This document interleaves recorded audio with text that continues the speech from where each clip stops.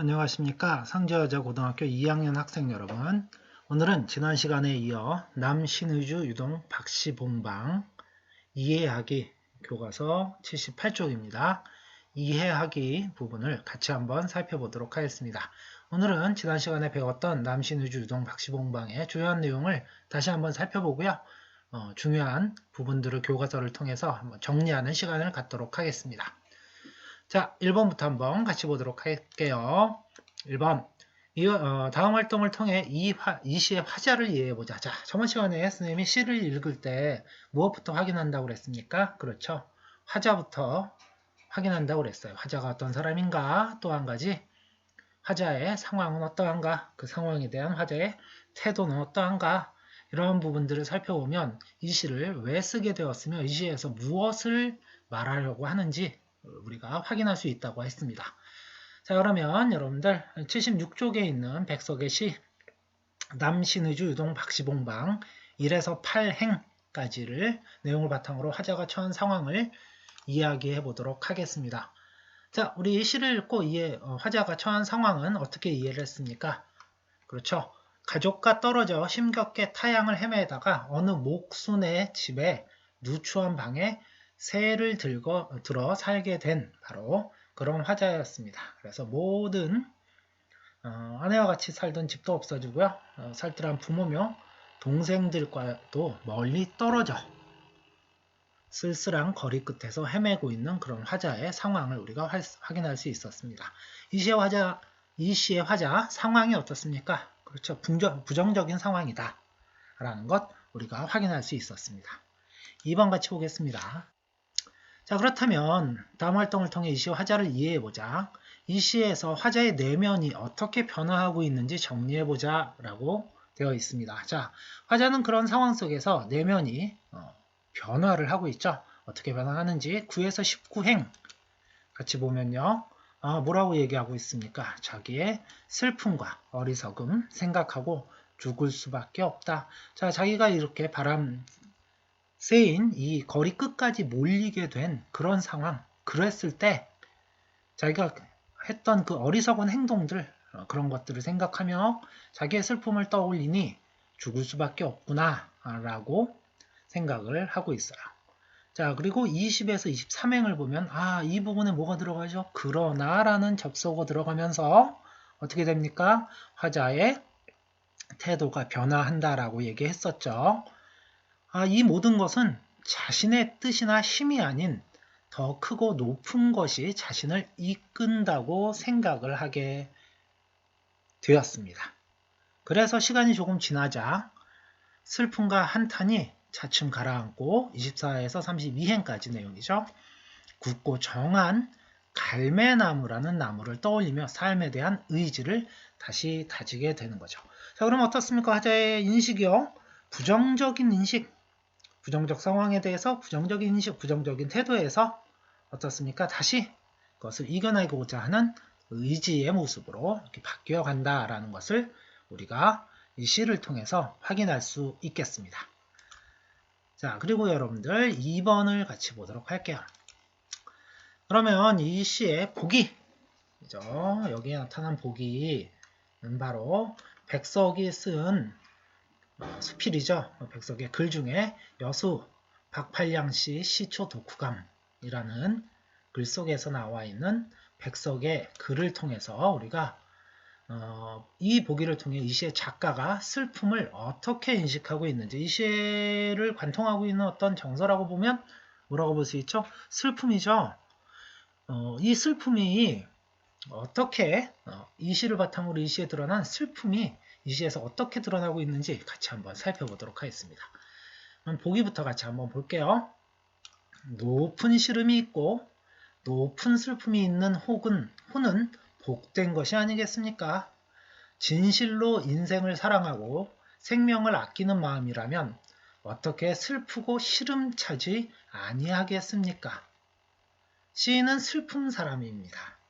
세상에 온갖 슬프지 않은 것에 슬퍼할 줄 아는 혼입니다. 외로운 것을 즐기는 마음도 세상 더러운 속중을 보고 아주 속된 사람들이란 뜻이에요. 친구여 하고 부르는 것도 태양을 등진거리를 다 떨어진 병정구두를 끌고 휘파람을 불며 지나가는 마음도 다 슬픈 정신입니다. 이렇게 진실로 슬픈 정신에게야 속된 세상에 가득 찬 근심과 수고가 그 무엇이겠습니까? 시인은 진실로 슬프고 근심스럽고 괴로운 탓에 이 가운데에서 즐거움이 그 마음을 왕래하는 것입니다. 자, 백석이 생각하기에 시인은 슬픔이 있는 사람이에요. 그것은 사람들을 지독히 사랑하기 때문이죠. 다른 사람들에 대한 사랑 때문에 시인은 슬픈 것이구나. 그런데 이 슬픔이 슬픔으로 끝나는 것이 아니라 그 슬픔을 통해 다른 사람들의 상황, 또 나의 상황을 이해하고 결국은 그것은 나의 즐거움으로 바뀌게 된다. 이런 얘기가 아닐까요? 보겠습니다. 이 시의 작가인 백석은 높은 슬픔이 있는 호는 복되며 슬픔이 우리 삶에서 분리되지 않는다는 인식을 지니고 있어요. 우리가 살아가는 동안 슬픔이라는 것은 없을 수 없다. 우리가 함께 가져가는 것이다. 이러한 관점에서 볼 때 이 시의 슬픔은 화자로 하여금 죽을 수밖에 없다고 느끼게 할 정도로 괴로운 것이긴 하지만 더 크고 높은 존재에 의해 운명적으로 부여된 것이라고 할 수 있는 것이죠. 그 점을 깨달았어요. 그래서 이 점을 깨달은 화자의 내면은 슬픔이나 한탄 등이 가라앉아 평정을 찾게 됩니다. 슬픔이 가득 차 있고 죽을 수밖에 없는 그런 상황이다라고 생각을 하고 있는데 이때 생각을 하는 거죠. 뭐라고 생각합니까? 내가 고개를 들어 이때 나는 내 뜻이며 힘으로 나를 이끌어가는 것이 힘든 일이다. 그러면 이것들보다 더 크고 높은 것이 있어서 나를 마음대로 자기 마음대로 막 굴려가고 있어요. 더 크고 높은 것이 나를 막 굴려 라고 생각을 하면서 슬픔이 가라앉고 있어요. 이 구절은 어떻게 생각하면 좋을까요? 그럼 이렇게 생각해 볼 수가 있겠죠. 슬픔, 괴로움 이런 것들을 포기하거나 이거는 뭐 내가 어떻게 할 수 있는 것이 아니야. 내가 지금 이렇게 힘들고 내가 지금 이렇게 슬픈 일들이 내 마음대로 어떻게 할 수 있는 게 아니야. 그래서 난 그냥 포기할래가 아닌 그러니까 내 이 슬픔과 괴로움을 내 힘으로 어떻게 할 수 없는 거야? 그렇다면 한번 바라보자. 어떻게 바라봅니까? 한 발 물러서서 나를 내가 뒤에서 한 발 물러서서 나의 상황을 바라보면서 이것이 왜 이렇게 슬프고 왜 이렇게 괴로운 것인가를 다시 한번 생각해 보는 것이죠. 그러다 보면 나의 그 괴로움과 슬픔의 감정, 막 용솟음 쳤던 이런 감정들이 차츰 가라앉고 그렇게 되면 나를 내가 객관적으로 바라볼 수 있는 그래서 내가 여기서 벗어나서 앞으로 나아갈 힘을 얻게 되는 그러한 힘을 가지게 될 수 있다라고 이야기하는 것은 아닐까 선생님은 그렇게 생각해 보았습니다. 어떤 사람이 이렇게 얘기했죠.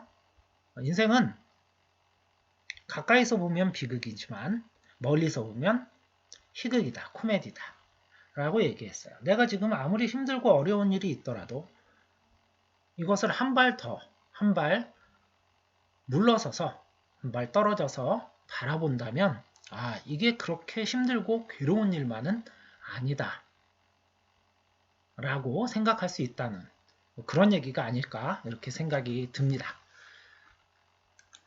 오른쪽으로 넘어가서요. 다음 문제 같이 한번 살펴보도록 하겠습니다. 보기는 이 시와 관련성을 지닌 단편소설의 일부이다. 상호 텍스트적 맥락에서 두 작품을 비교하며 감상해보자 라고 되어 있습니다. 자, 보기 같이 한번 보도록 할게요. 이 보기는 김소진이라는 소설가의 굉장히 유명한 소설가죠. 갈매나무를 찾아서 이 백석의 시에서 갈매나무라는 소재를 따온 바로 그런 소설이 되겠습니다. 자, 소설, 그러니까 문학에서는 이런 것들이 굉장히 많습니다. 다른 어떤 문학작품, 그런 문학작품에서 소재를 따오거나 아이디어를 따오거나 해서 그것들을 다시 재창조해내는 이런 활동들이 많은데요. 김소진이라는 소설가는 바로 백석의 갈매나무를 소재로 해서 소설을 다시 재창조했어요. 전체 줄거리 보겠습니다. 이혼의 상처를 지닌 시인 두현은 5년 만에 아내와 교제하던 때 자주 들르던 교회 한 찻집을 찾아 주인과 이야기를 나누게 된다. 그곳을 나와 비를 몰아오는 먹구름을 본 두현은 마구 달리기 시작했을 때 오랫동안 막혀있던 시를 짓기 위한 어떤 구상이 떠올라 옵니다. A씨씨, 그럼 전 부인은 진짜 유학을 갔어요? 아직까지 한 번도 못 만났으니 그럴 가능성도 있을 겁니다. 그럼 요즘도 아이 꿈을 꾸세요? 아니요, 요즘은 한 나무에 대한 꿈을 꾸는 편이죠. 나무요? 나무입니다. 아주 헝걸차고 아주 키가 크고 아주 풍채가 당당한 씩씩한 녀석이죠. 바로 수갈매나무입니다. 갈매나무가 암수단구루 나무인 건 아시죠? 암수단구루라뇨? 왜 은행나무처럼 암수가 따로 있다는 이겁니다. 제가 여태껏 보아온 건 모두 암구루였죠. 아직 수구루를 한 번도 보지 못했죠. 아마 어느 깊은 계곡 어디선가 뿌리를 받고 홀로 눈보라와 찬비와 거친 바람을 맞으며 추운 계절을 꿋꿋이 견디며 심차게 수액을 높은 우둔지 위로 뽑아 올리는 자태를 가진 바로 수구루를 알아보게 될 겁니다. 그러한 날이 꼭 올 겁니다. 시의 마지막 부분과 연결되어 있는 걸 알 수 있겠죠? 제 꿈이 그렇거든요. 그놈을 봤어요. 한 번도 아니고 두 번도 아니고 몹시 앓을 땐 내가 직접 그 수갈매나무가 되는 꿈을 꿔요. 아주 편안한 나무가 되는 꿈을 꿔요. 자, 문제를 보도록 하겠습니다.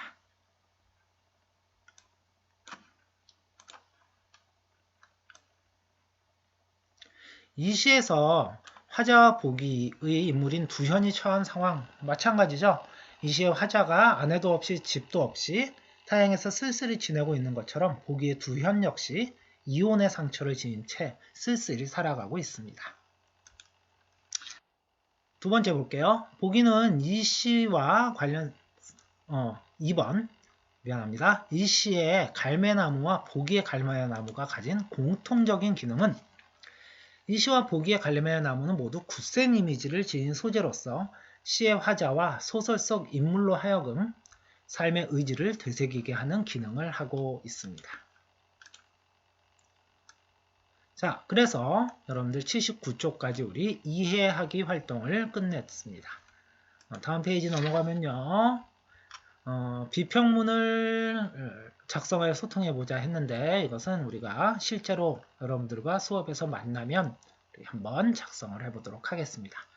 마지막 부분 남신의주 유동 박시봉방 작품 갈무리 이 부분들도 역시 여러분들 같이 한번 쭉 읽어보고 마무리 지었으면 좋겠습니다. 자, 여기까지 선생님과 같이 한 남신의주 유동 박시봉방이 끝났습니다. 다음 시간에는요.